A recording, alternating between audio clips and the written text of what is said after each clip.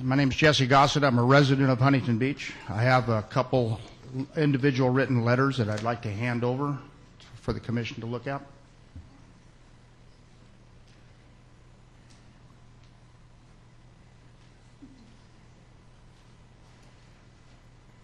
Also, I'm here to talk about the problem with the coyotes up in the Huntington Beach area. I'm aware of the fact that coyotes are all throughout the state.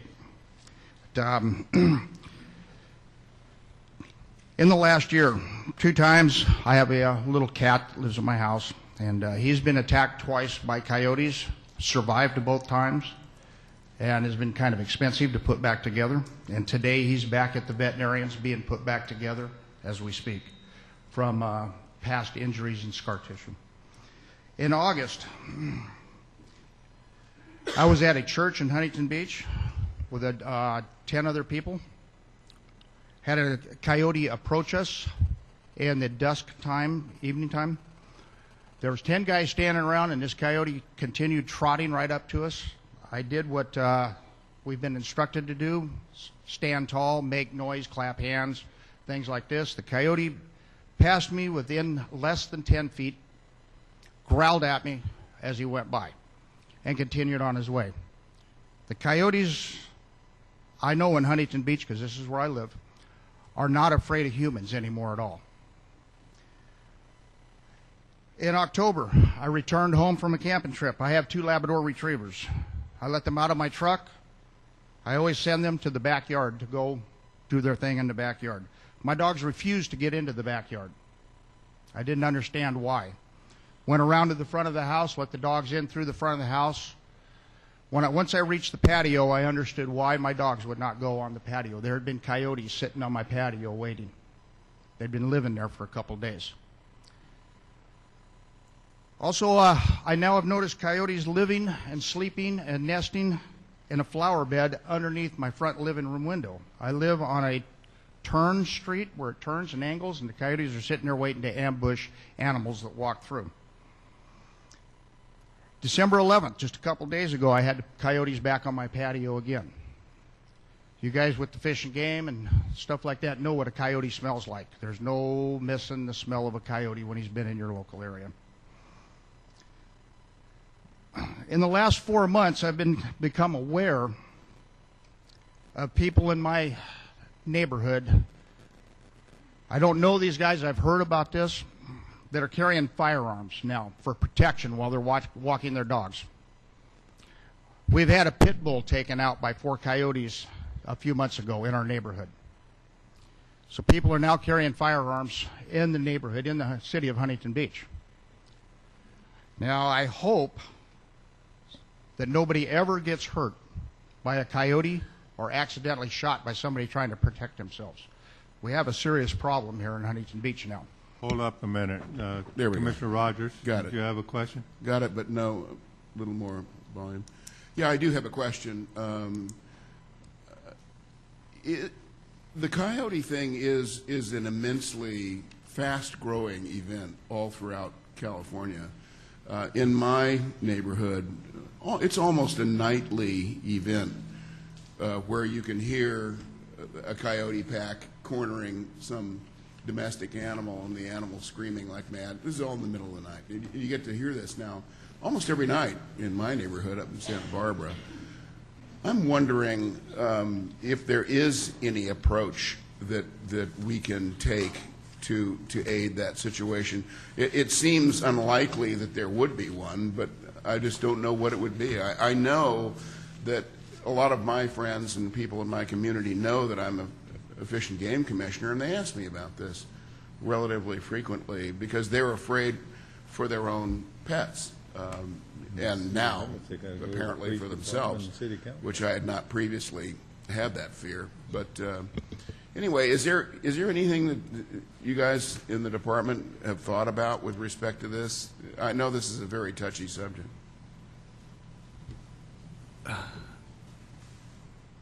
While different, it's somewhat related to our prior conversation around mountain lions, and I would broadly refer anyone watching or in the audience to the department's policies, which we've placed online, dfg.ca.gov/livingwithwildlife/public safety. But one of the things that's going on both on the coyote front and the bear front is that these animals, as they're dispersed from habitat, are preying on pets, and often at locations where, you know, refuse management isn't as good as it could be to reduce the attractant problem. So I think that's an element that you'll find in our policies and in our Keep Me Wild kind of information that we post related to bears, which is applicable to coyotes. And then my last broad comment is, I'll be blunt about this. This is the work component which risks consuming all others, in the sense that the pace of incoming calls and requests is on such an astronomical increase, and we don't have the warden force to respond in the field. Right now, each warden is responsible for maybe 60 or 70 square miles as their territory, and the ability to respond to these individual incidences is killing us from a response, public safety, nuisance perspective. Thank you, Jeff. Hi, good morning. My name is Cindy Jordan. I'm a resident of Huntington Beach and a homeowner and a business owner of Huntington Beach. I'm here for the coyote issue as well. I have a cat that got taken in October. 2 days before that, a cat was left on my lawn, taken by a coyote. We figured, I have a child that's 10. She had that cat since she was 2, slept with it every night, had to tell her that she's not coming home. And, you know, my cats like to be outdoors. You know, that the city of Huntington Beach says you got to educate the people. Well, they're not going to educate a 3-year-old that thinks it's a dog. They won't do that. In my street alone, there's 10 kids under the age of 10 that play outdoors. When my cat got eaten, I had my daughter go and bring a flyer to those parents to say we have an issue. And so we let them know. Now the parents are now outdoors with their kids. The education, they say we have to, you know, teach the kids education. The kids don't understand it's not a dog. You know, they've been raised that the animals are friends. Have you ever told a kid that their cat's not coming home, and then watch her, she cries, to put a head in a pot in a box to bury? If my dog bites another animal, it gets taken away, right? I mean, if it was a pit bull and it ate an animal, you guys would come out and take my dog and maybe euthanize it. I mean, you see it in the news all the time. I realize in the past 6 months, the city of Huntington Beach and city of Fountain Valley has dredged the channels near us. My question is I don't know if you guys go in and like maybe look to see if there's dens in there before the tractors come in. In Fountain Valley a month ago, they said there was 15 animals that came down their street, 4 o'clock in the afternoon. 15 of them on your street. That's pretty scary. I mean, we have one. The paw print was huge. I came out the next day, and there was a paw print this big in front of my yard. I have a 90-pound dog who's 12 years old. Wouldn't be taken out like that by a coyote. I don't know what the answer is. I don't know if, you know, with the overgrowth, I'm sure the dens go in those channels. If maybe the Department of Fish and Game can go in and maybe eradicate them before they bring the tractors in, we might not have an issue in the city. Dogs are being taken right off their leash in Central Park in Huntington Beach. I mean, they're playing tug-of-war and losing. The family with the pit bull that the gentleman talked about earlier, they have 4 kids, watched their dog get eaten by 3 coyotes. The kids will not go outside anymore. They won't play in the yard. They won't ride their bikes. It's a big issue in Huntington Beach, but I hear it's an issue everywhere. I don't know what the answer is. I'm just wishing that, you know, I don't know if you eradicate them to bring the population down, maybe get them scared enough to go back to back into the I don't know. I don't know the answer. I'm here as a mom and as an owner. I tell my daughter I pay extra in Huntington Beach because we're safe, and she doesn't feel very safe right now. So anyway, thank you for your time. If I may, Mr. President. Commissioner Rogers. I really sympathize with this problem, and I as well sympathize with the department's position that it's in. There may be something, in fact, that we can do as the commission from a bully pulpit perspective. Sankey, do you have any thoughts about that? Well, yeah, I mean, education and remedial work can only take you so far in a lot of these situations. There are provisions in the law for depredation control. There are companies that provide that service. The federal government does, although it's not a real popular one. But if, you know, my view, if people feel that their children are being threatened, there are ways to deal with it. It's not always popular. One of the things the commission could do is send a letter to the city saying, hey, you have a problem and here are your options.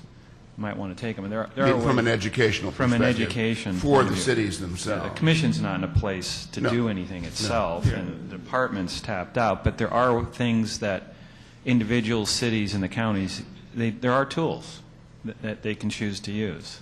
Well, if that's appropriate in the terms of the feelings of my fellow commissioners, I think that anything that we can do to help this situation, I really feel the issue of having your children in your own backyard and feeling that they are not safe is horrific. I mean, that is a very bad situation.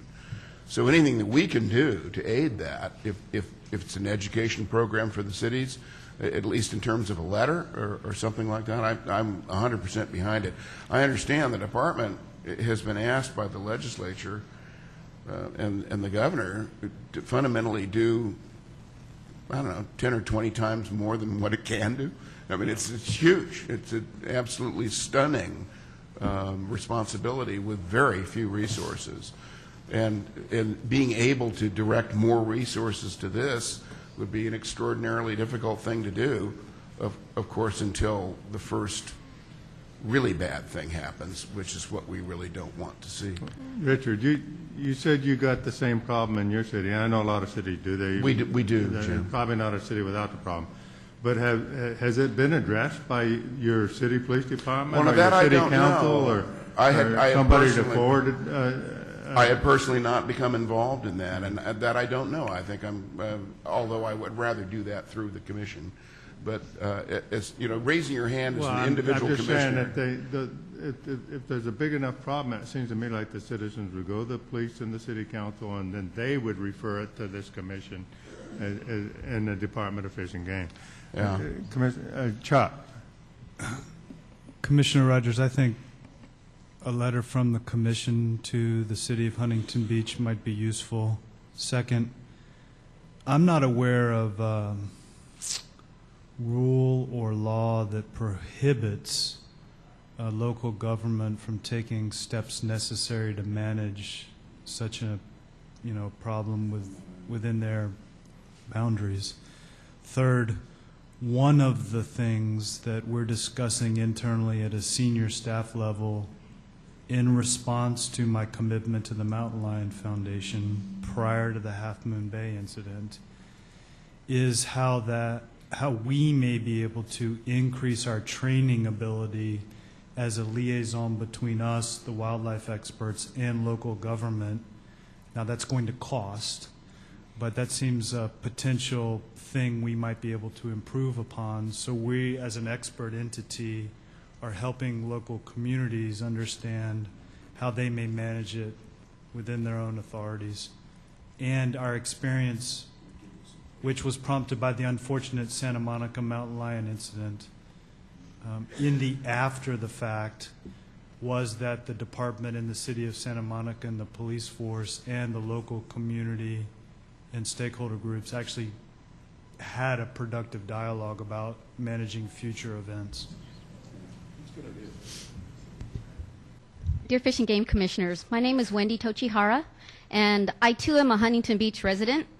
And what Jesse and Cindy have said are absolutely the truth. We have a problem. In May, just this past May, an 8-year-old girl was attacked by a coyote. There's a lot of newspaper articles and online that you can see senior citizens walking their dogs being stalked by coyotes. It's a huge problem. We went to the city council meeting. We spoke. They decided not to do anything. They decided on outreach and education and said that, we need to learn how to haze. hazing does not work. We've tried. They're not afraid of us. It's scary. You can't go outside. I have a friend who has a son who has Down syndrome, and a coyote, when he went outside to go get the newspaper, a coyote came out to attack him. I'm sorry, he doesn't understand hazing and doesn't understand what to do. It's a big problem. I called, since the city wasn't going to do anything, I called the vector control. Vector control told me to call the agriculture department. I called the agriculture department, the state agriculture department. They told me to call the county agriculture department. They told me to call animal control. Animal control said, I'm sorry, there's nothing we can do for you. So I asked them, I said, well then, do we need to go and step up and go to the state and go to the Department of Fish and Game? And that's why we're here today, because nobody will do anything about it. So it's scary, and something needs to be done. And what Jesse said, guys jogging with 357s, 22s, I mean, it's scary. What if they shoot? What if they miss the coyote? What if they don't realize what's behind their target and it hits somebody and kills somebody? What if one of these coyotes ends up attacking one of these children and killing them? They've attacked and hurt them, but they haven't killed them yet, but it's going to happen. So something really needs to be done.